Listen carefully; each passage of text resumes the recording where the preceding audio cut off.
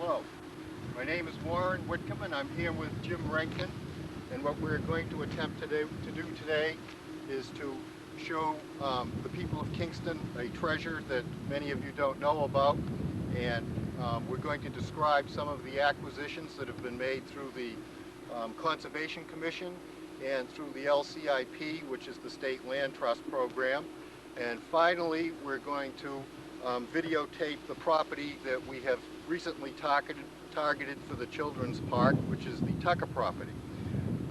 We're going to take a canoe here from Country Pond, which is the beginning of the PowWow River, and we will go down to the end of the basin, which is at New Boston Road.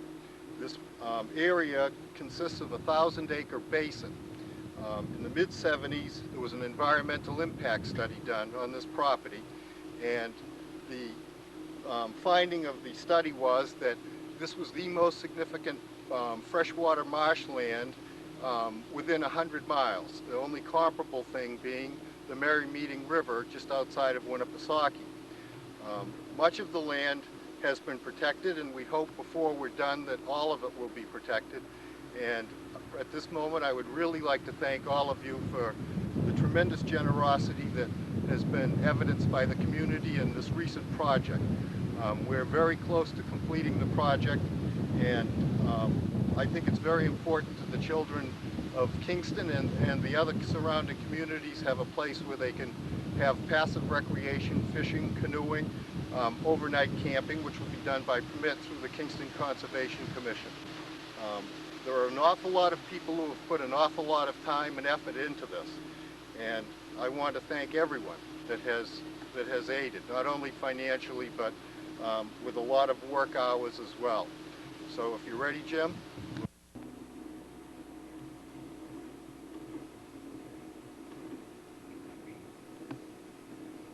We are at the mouth of the river as we're about to begin our canoeing expedition. The property which is to my right and over my shoulder is the beginning of the property which is owned by the Society for the Protection of New Hampshire Forests. In the early 70s, this property was donated by the Webster family to the Society, and it consists of approximately 100 acres. Its significance is twofold. One, it has 50% of the stand of rare Atlantic white cedar on it, and for years was known locally as Cedar Swamp. Secondly, there is a beautiful pond. My guess, and this is a guess, is that it's approximately a 30-acre pond. It has two names. Some people locally have known it for years as Lost Pond, and others have more correctly referred to it as Cedar Swamp Pond. But it is an absolutely hidden, beautiful, pristine, glacial bog pond. Very deep, very cold, and well worth protecting. The Society's land goes along the river for approximately a half a mile, and then back up to the left down Folly Mill Brook. And when we get down there, we'll take a picture of it. It is bordered on the western side by the Kingston Fairground, and on this side by the PowWow River and by Folly Mill Brook.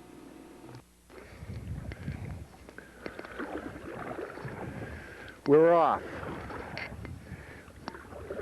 As I explained before, we're just beginning at the headwaters, just beneath Country Pond, and the area that Jim is now photographing is the beginning of the Society's property.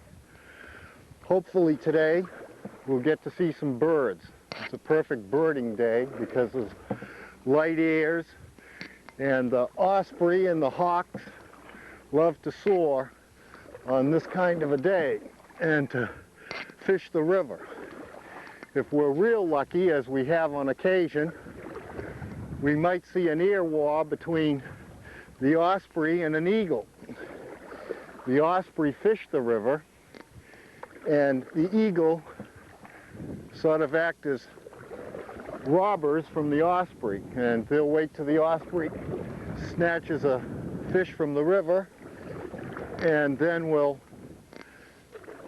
grab the fish away from the osprey in midair. The ducks have started to come into the river. which scares me somewhat, because that's a harbinger of a very, very cold winter when I start seeing migration. The basin, this 1,000-acre basin, which we will come upon where it opens, is one of the major migratory resting spots for waterfowl, and is one of the 12 census spots used by the New Hampshire Fish and Game. At one time, in the 60s and 70s, it was at the top of the list. Of late, it's at about in the middle, or the average for New Hampshire. Part of this has to do with development, and part of it, I'm awfully afraid, has to do with reduced wildfowl populations. And so I might make a plea to those of you who hunt that you consider using steel shot, because one of the major problems with the loss of birds is that the use of lead shot is killing off the birds. And as a result, they get something which would look similar to human gangrene. It attacks their digestive systems. About 6 or 7 years ago, the federal government did a study, most of which was based on Plum Island and the Parker River Wildlife Refuge, and they discovered that 60 to 70% of the birds that they dissected were affected by this lead shot gangrenous condition. The property that we're now looking at is Dave and Edna Mayhew's property, and it was acquired through, or the development rights of it were acquired through the LCIP, which was the State Land Trust Program. It was a cooperative program between the state and the Society for the Protection of New Hampshire Forests and local town governments. In our town, Diane Eady, who many of you know for her conservation work, was the coordinator for that project, and we acquired around 100 acres, some of which is in Kingston and some of which is in Newton. Now we're back looking across the river at the Society for the Protection of New Hampshire Forests Gideon Wildlife Refuge.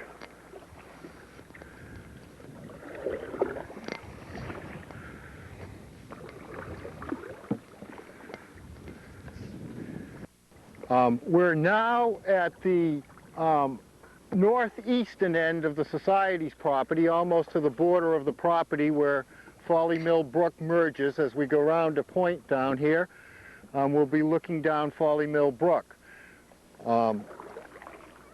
Then, as we look straight down, as Jim is panning now, we're looking down on the Tucker property at the far extreme.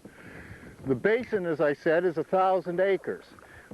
It is approximately 1,600 feet across at one point, and the 1,000-acre basin is approximately 1.4 miles from Country Pond down to the Tucker property.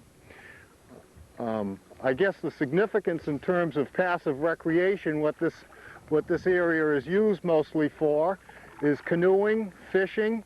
It is used by a number of youth groups who do overnighters, and that is the object of providing the Tucker property for some of these groups, because they have recently lost the place that they normally have their overnighters.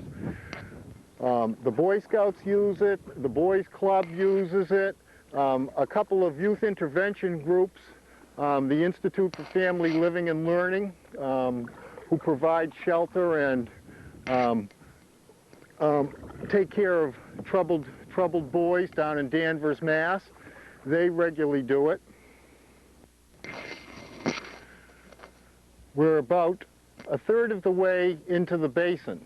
As Jim pans, and now he comes upon it, you're looking at one of the stands of the Atlantic white cedar. And this is one of the things that makes this area very unique, because they are becoming rarer and rarer, and this is one of the densest stands in the state of New Hampshire. In southern New Hampshire, by far the densest stand. You'll notice that the Atlantic white cedar are darker than the other evergreens around them, and they have to grow in water.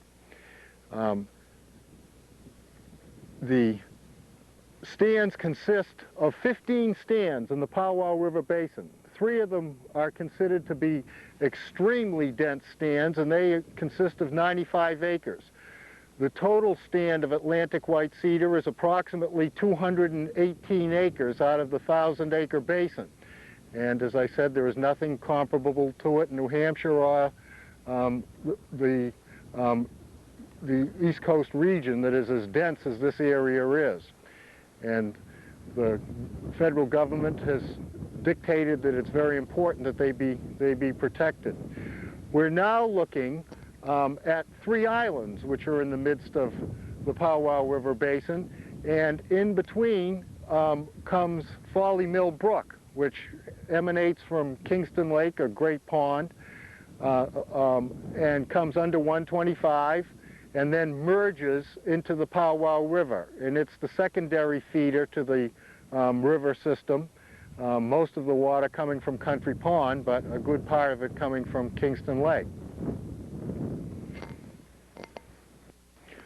We're now panning from Folly Mill Brook down across the PowWow River Basin, and now Jim is on the actual stands of Atlantic white cedar. And now that you're very close up, you can see how much darker they are than a hemlock or a pine. They're rather diminutive trees, but they're quite beautiful. They always remind me of sort of Japanese bonsai look in the midst of all of the other larger and more powerful trees. And this stand in here is probably the 3rd or 4th of the lot of the stands. It goes very deep into the swamp. Midpoint in the basin. We've paddled about, 3/4 of a mile down the river. And what we're looking at now is where Folly Mill Brook comes from the other lake, and this is where it joins the PowWow River. What Jim is on now is 3 very large islands that are out in the marsh area. They're quite beautiful. The Cheney's own part of that land, I know that. The land that we were looking when we first looked down the river is partly the Society's land, and then it is also land that was recently donated by Kenny Briggs, the town engineer, and Marilyn Bartlett, and Rick Russman.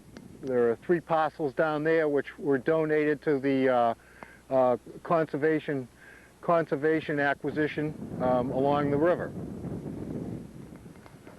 We are now at the southernmost boundary, the beginning boundary of the Tucker property of what is to be known as E.T.'s Landing, the children's park.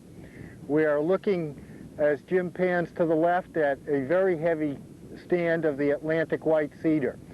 The Tucker property consists primarily of a peninsula. The property is 43 acres, and the river frontage, because of its configuration as a peninsula, is 4,800 feet of frontage, which is quite phenomenal. The duck box, which Jim is now panning on, is maintained as a breeding box by the state of New Hampshire. Unfortunately, in the last couple years, probably because of budgetary restraints, they haven't been as diligent at maintaining the boxes, and the boxes need to be spruced up. If there were anybody in town who wanted to build some boxes, we could come out and place them on the mounting poles, because all the mounting poles are out here. So if any of you amateur or professional woodworkers would like to make a few duck boxes, we would put them up for the breeding in the spring of the ducks. We will now go down and land on the Tucker property and take some shots of the property, so you'll be able to see what the effort has been done and where the park is going to be.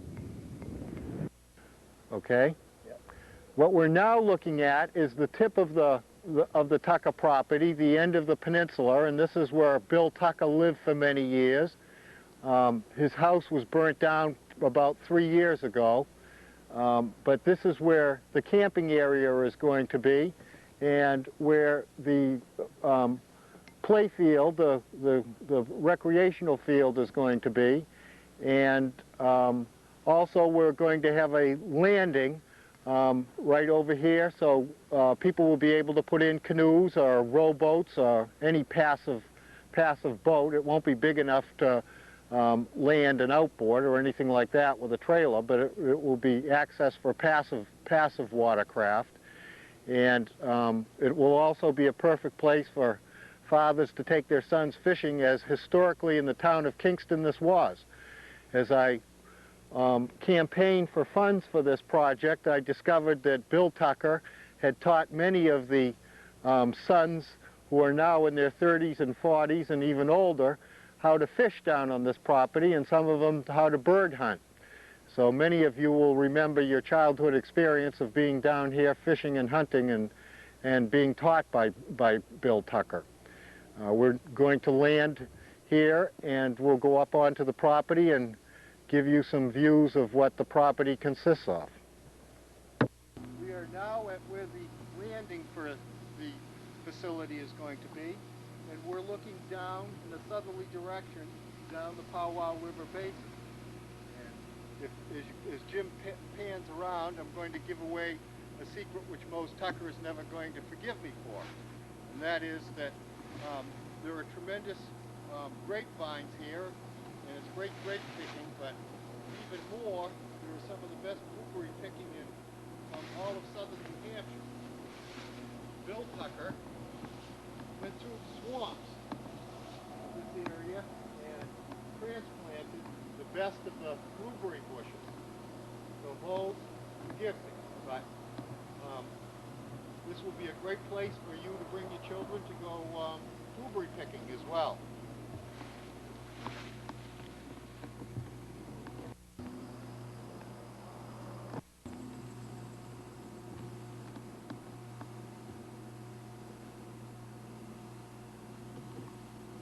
At the site where Bill Tucker lived for 30 or more years that I know of, and I think probably a lot more than that. It was burned by some irresponsible kids about 3 years ago. One of our first tasks will be to clean up the remains of the burn site, and with the help of Bill Timmons and the fire department, we're going to burn up whatever leftover burn material there is, and then Chester Bierce of Newton has volunteered materials, and we're going to backfill and grade off the site. So we're going to be needing helpful work parties for this and a lot of other tasks. So if anyone's interested in helping to do some of the groundwork and the remediation and preparation work at the park, I would ask that they would leave their name and telephone number with Ann in the selectman's office, and one of us will get back to you, and hopefully we'll all be able to work together on a Saturday or Sunday, or a number of them, and clean up the site and get it remediated.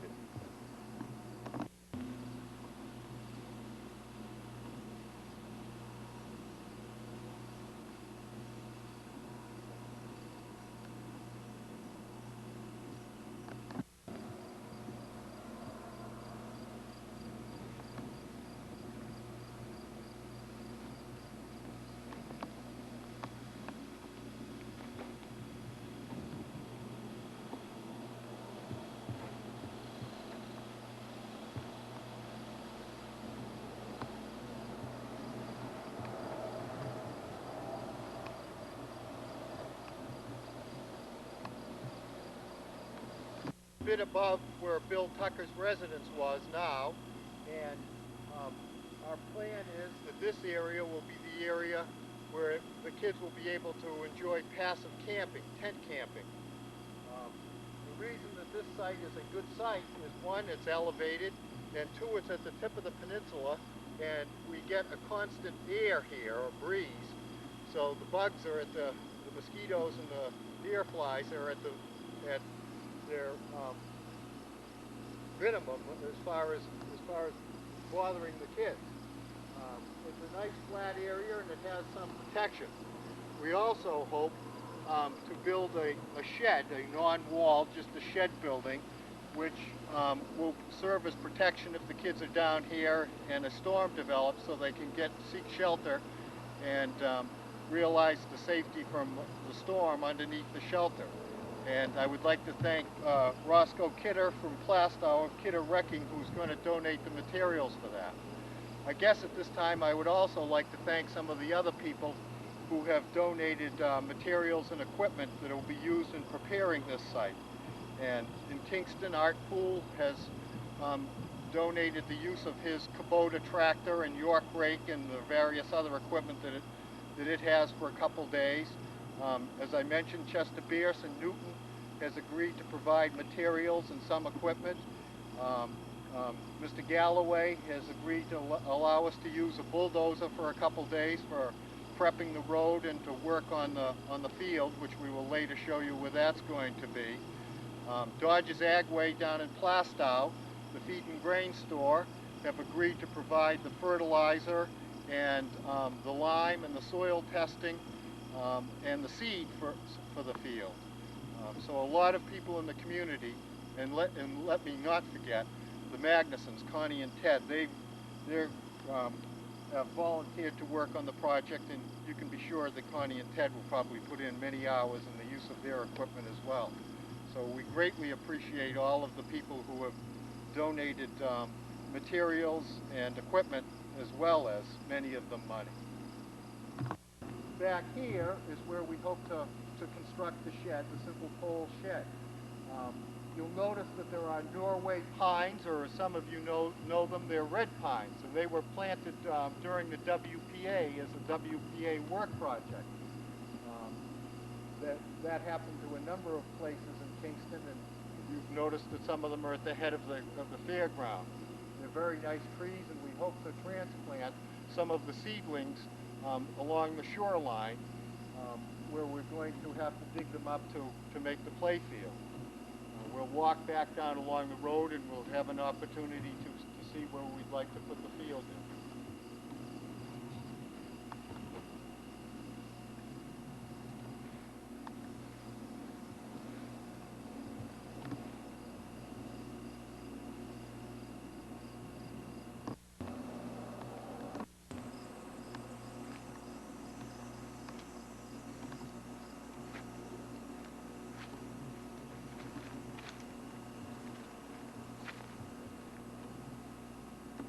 Area, which Bill used as for some of his gardens. He was quite talented at gardening and also planting flowers and bushes. And this area is flat. It's fairly well open. Some of it is seeded in with some of the Norway pines, which I mentioned, which we would like to transplant. But this is the area where we'd like to have the ball field, the playing field, so the kids will have some activity to burn off the energy. Where this project is being dedicated, its formal name, as most of you know, is Edie Tucker Landing, and it's being dedicated in the memory of Diane Edie and Bill Tucker. Diane, for the extensive work that she's done in many of the acquisitions, not only here along the PowWow Basin, but Hunt Road and other conservation properties in Kingston. And also in the memory of Bill Tucker, who in my opinion, and I imagine most of the people who know much of the history of Kingston, was probably more in touch with nature than any other man that we would know in Kingston. For the sake of the kids, its short name, it's going to be known as E.T.'s Landing. I'm sure you can appreciate from whence that comes. I envision this as being a park not only for children, but being a park where there can be an intermix of many people of many ages. I was very lucky when I grew up as a young man to be in a rather extended nuclear family, a family that consisted of great-grandparents, grandparents, and parents, and all the other related relatives. But most of my learning and my valuable learning in my life has come at the feet of older people, and it is something that I think our society is sorely missing. And so I have a vision of people such as Mose Tucker being down here with the kids around a campfire, telling them not only about the history of Kingston, but what the importance of nature and how important it is that kids learn to use and also to protect things as precious as this land. So hopefully someday many of you will be down here with the kids, and we'll be sitting around as a multi-generational group from Kingston and swapping tales and enjoying this land.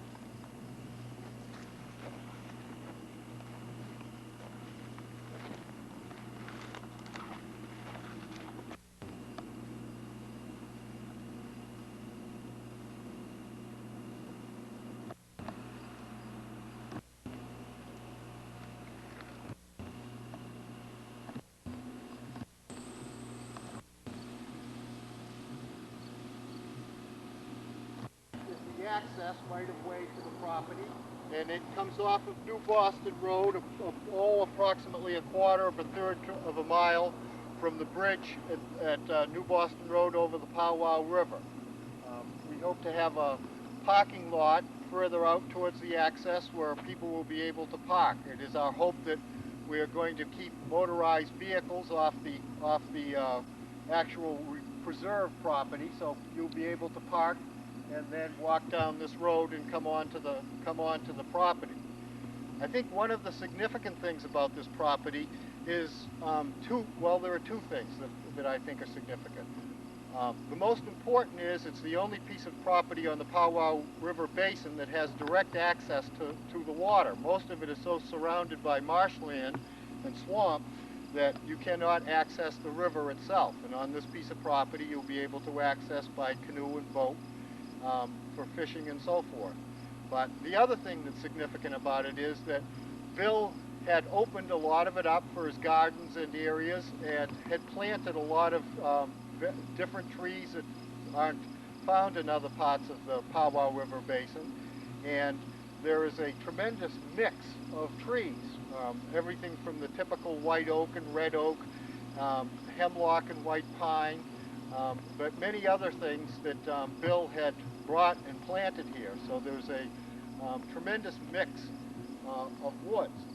Bill also had created a lot of trails down through the actual swamps, which were called corduroy trails at that time, and I guess probably still are. But we hope to maintain and to open up where they've grown in some of those trails. So you'll be able to walk down through the swamps and access the white cedars and all of the wildlife and the habitat of the cedar swamp ecosystem itself. But it is a magnificent piece of property and undeniably the finest piece of property on the PowWow River Basin.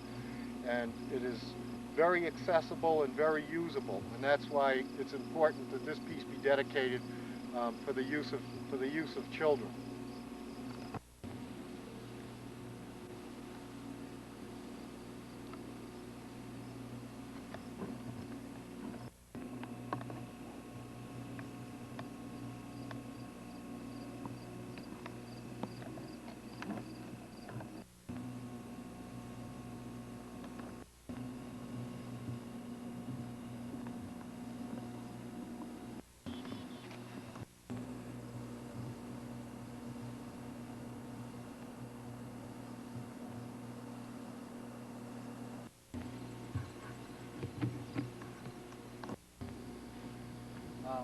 We're now headed back off the piece of property. Obviously, you have seen very little of the 43 acres, and hopefully you're going to experience it firsthand and appreciate all of it, including all of the river frontage.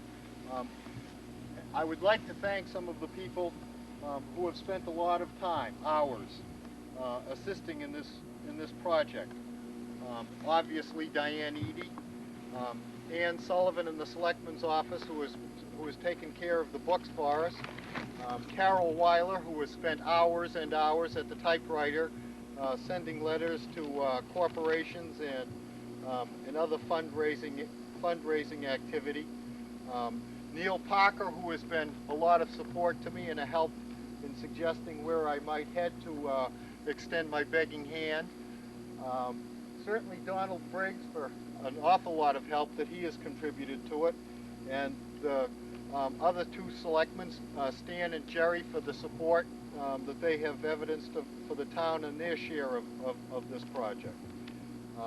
Many people have worked very hard, and it's my hope that a lot of people will volunteer their time to work to prepare the site, and will also be willing to work at various times down the years maintaining it.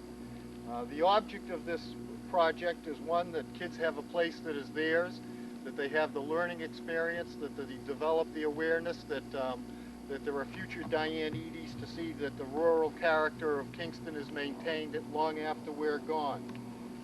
Hopefully in doing so, they'll have a lot of fun, and hopefully their parents will be able to have a lot of the fun with them using the land and camping here.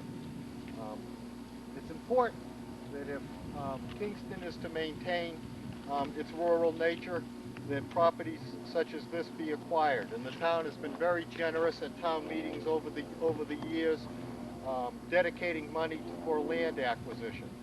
But I grew up in a town when I was a child that there were 5,000 people in, and there are now 45,000 people, and there was very little attention paid to protecting its nature and its character, and it's a shame. So if we're going to hope that our children and our grandchildren and their children will share some of the experience we have been lucky enough to have here, it is only going to be through hard work and the effort of you people that it happened. I am very, very appreciative and very thankful to all of you who made very generous contributions towards the acquisition of this property. We are going to need other funds for doing some of the site work, as I have mentioned. Much of the material and much of the equipment needed have been dedicated by contractors and other people in the community, but we will need some money. So if anyone is willing to make a contribution towards the completion of the project, I suggest that they would bring whatever donation, however small, to Ann Sullivan at the Selectman's office, as she has been in charge of collecting the money. I would also at this moment like to thank Jim for spending the afternoon and the morning down here, so you people would be able to see what it's all about, and I am just very appreciative, and thank all of you. You're quite welcome from my standpoint. Get going.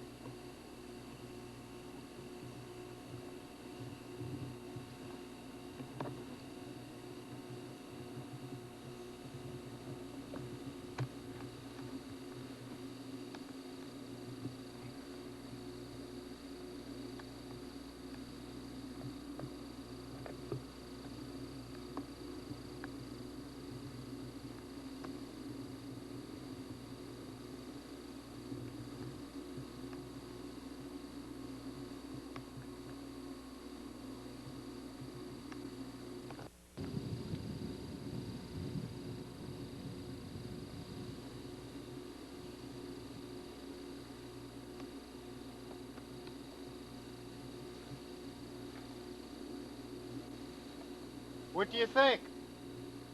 Wow. It's quite beautiful. Unbelievable. We went all the way across PowWow Pond. Coming back was hard. We were getting the wind on the pond there. PowWow. Right. Was it a crosswind then? It was right in our face. Wow. Coming back. A real nice time. Glad to hear it.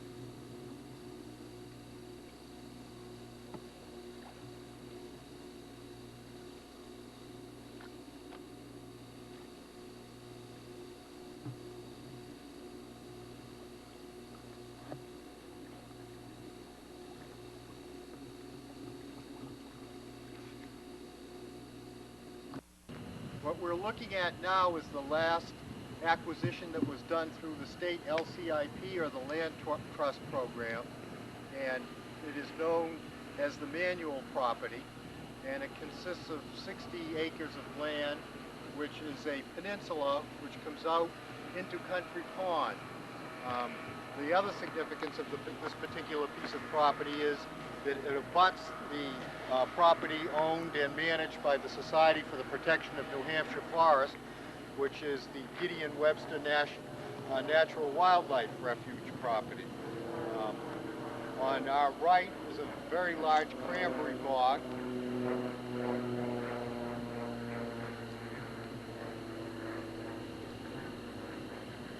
And at the end of the property, the opposite end of this peninsula, is some more of the stands of the Atlantic white cedar.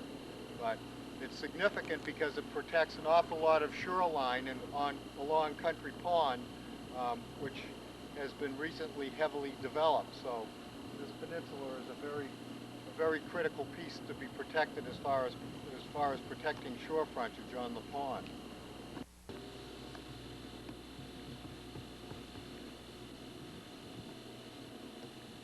Out over Country Pond in a southeasterly direction, and this is a very pretty ridge on the manual property. It's a high bluff, glacial esker bluff, overlooking the pond, and it's probably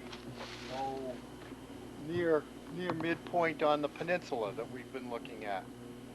And now we go down into the wetland area, down into the swamp area. Directly across from us is the large island that for many years was the boys club camp. That is no longer the club camp, but that's the big island in the center of Country Pond.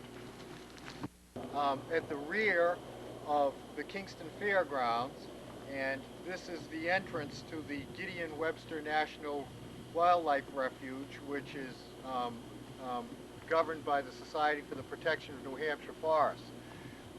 We're going to show you this in particular because this is the location of Cedar Swamp Pond, and some of you may want to go out to see Cedar Swamp Pond or bring a canoe in to go canoeing out on the pond. It's a pristine glacial pond that shows no sign of man, and it's a very beautiful place.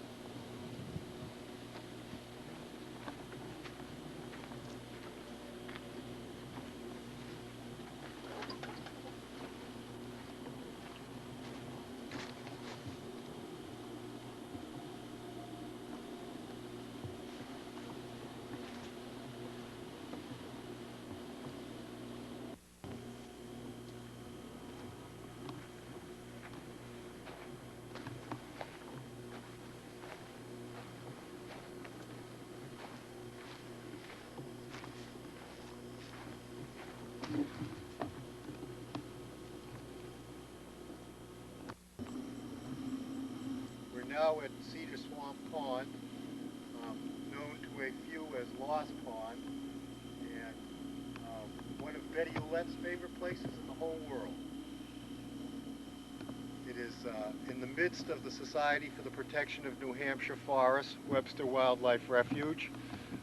It is very deep, very cold, and very pure water.